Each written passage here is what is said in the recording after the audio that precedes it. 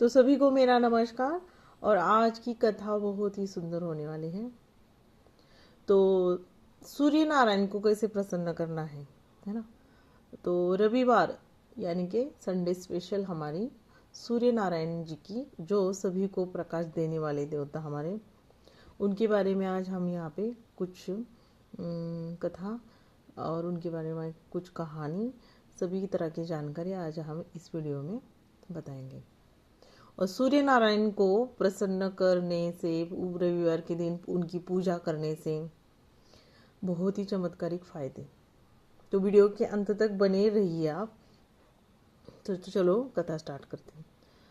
हे भक्तों, आज हम बात करेंगे समस्त ब्रह्मांड को प्रकाश देने वाले जीवन के आधार प्रत्यक्ष देवता श्री सूर्य नारायण की, जिनकी कृपा से धरती पर जीवन है, स्वास्थ्य है, तेज है और आत्मबल है। जो भक्त इस कथा को पूरे मन से सुने, उसके जीवन से अंधकार, रोग और दरिद्रता दूर होती है ना। सूर्य नारायण 7 घोड़ों वाले रथ पर विराजमान है ना। सारथी है उनके अरुण देव, है ना। जो हम गरुड़ कथा एक है जो सीरियल है, देखो उसमें देखते ना, उसमें बताया गया है गरुड़ का भाई अरुण। तो 7 रंग, 7 दिन, 7 चक्र जीवन की 7 शक्तियां दर्शाते हैं, है ना। तो सूर्य देव आत्मा के कारण है। जहाँ सूर्य बलवान होता है, वहाँ आत्म विश्वास, सम्मान और सफलता स्वयं आती है ना। सूर्य नारायण की पूजा करने से उनके बहुत सारे फायदे हैं, ठीक है।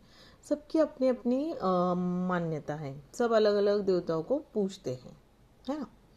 हमारा काम है बस हम हर तरह की स्टोरीज अपने चैनल में अपलोड करना, है ना।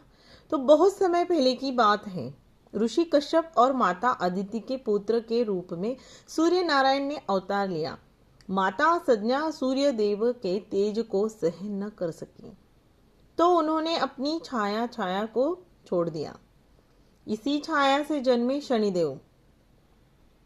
एक बार शनिदेव ने सूर्य देव को पहचानने में भूल की, तो सूर्य नारायण देव क्रोधित हुए। लेकिन बाद में उन्हें समझ आई कि क्रोध से नहीं, प्रकाश से संसार चलता है ना। इंसान का क्रोध ही सबसे बड़ा उसका दुश्मन होता है। अगर आपने मन पे विजय पा लिया तो पूरा संसार ही आपके वश में है ना। मन इंसान का वश में नहीं रहता है, ठीक है। कब रहेगा आपका मन वश में, या मतलब वश में, आपका मतलब आपके कंट्रोल में, है ना। जब आप किसी भगवान का स्मरण करते हैं तब। अगर आपका स्मरण अच्छे से करते हैं आप, बिल्कुल तंतोतंत, तब फिर वो विजय प्राप्त कर सकते हैं आप मन के ऊपर। दंड नहीं देते, यही कारण है कि सूर्य देव दंड नहीं देते बल्कि चेतावनी देते हैं, सुधार का अवसर देते हैं। श्री कृष्ण और सूर्य उपासना कथा। महाभारत में कर्ण सूर्य पुत्र थे। कर्ण प्रतिदिन सूर्य को अर्घ्य देते थे, इसी कारण वह अपार दानवीर बने। यह सिद्ध करता है कि जो सूर्य की उपासना करते हैं उसके जीवन में यश और दान की भावना आती है ना। सूर्य नारायण को कैसे प्रसन्न करें, चलो जानते हैं हम। तो प्रतिदिन सूर्य को अर्घ्य। सूर्य का अर्घ्य मतलब क्या होता है? तांबे के लोटे में जल, लाल रंग का फूल, थोड़ा सा रोली। जल अर्पण करते समय मंत्र बोलें, ओम घृणी सूर्याय नमः, ठीक है। तो इस मंत्र का जाप करते हैं, सूर्य को अर्घ्य देते हैं।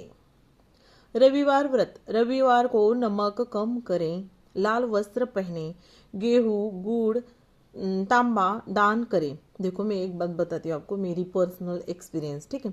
जैसे हर तरह के उपवास, हर तरह के व्रत, ये हमारे हिंदू धर्म में मान्यता है, ठीक है। मैंने भी खुद मतलब पहले शुरू से मैं करती थी, जैसे अन्नपूर्णा का, वैभव लक्ष्मी का, महालक्ष्मी का, उसके बाद मार्गशीर्ष महीने में जो आता है एक लक्ष्मी व्रत, वो तो एक मतलब एक मान्यता होती है। सूर्य नारायण के भी उपवास शायद मैंने 1-2 बार किए हैं, जो संडे को होते हैं, ठीक है। पौष महीना जो होता है ना, मराठी उसको क्या बोलते हैं हिंदी में, मुझे भी अभी याद नहीं, तो वो करते हैं, ठीक है। लेकिन जब आपको एक सही एक गुरु मिल गया ना आपको, है ना, या सही एक ही भगवान मतलब मिला, या तो उसकी पूजा करते रहना आपने।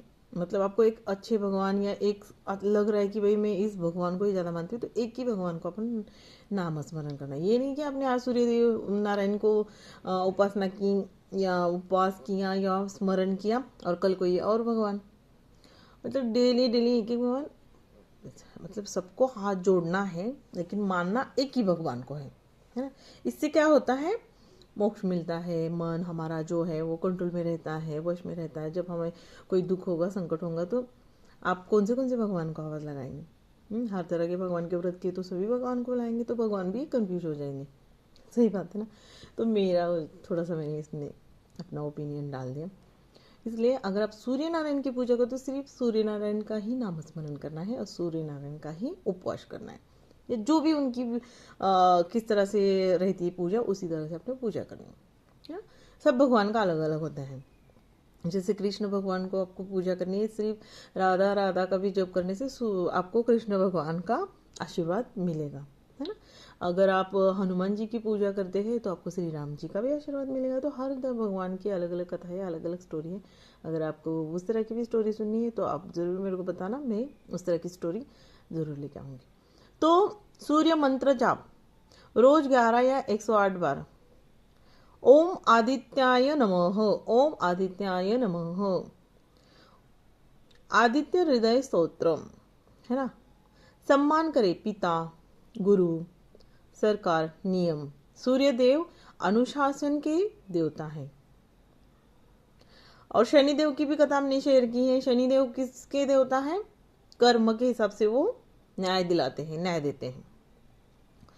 तो सूर्यदेव की कृपा से मिलने वाले लाभ, मैंने आपको बोला था शुरू से ही कि वीडियो के अंत तक बने रहिए। पूरी कथा हमारी जानकारी वाली ही है, ना कि हम बीच में धनिया का भाव क्या है, आलू का भाव, ये सारी चीज़ें कुछ भी नहीं बोल रहे ना। सिर्फ भगवान की स्टोरीज में वही चल रहा है हमारा। तो स्वास्थ्य में सुधार, आंखों के रोग दूर, आत्मविश्वास बढ़ता है, सरकारी कामों में सफलता, मान सम्मान और प्रतिष्ठा। कुंडली का कमजोर सूर्य मजबूत होता है। जो व्यक्ति रोज सूर्य को जल देता है उसके जीवन में अंधकार टिक नहीं सकता। कथा का फल और समापन, है ना। हे सूर्य नारायण, जिस प्रकार आप बिना भेदभाव सबको प्रकाश देते हैं, उसी प्रकार हमारे जीवन को भी प्रकाशमय करें।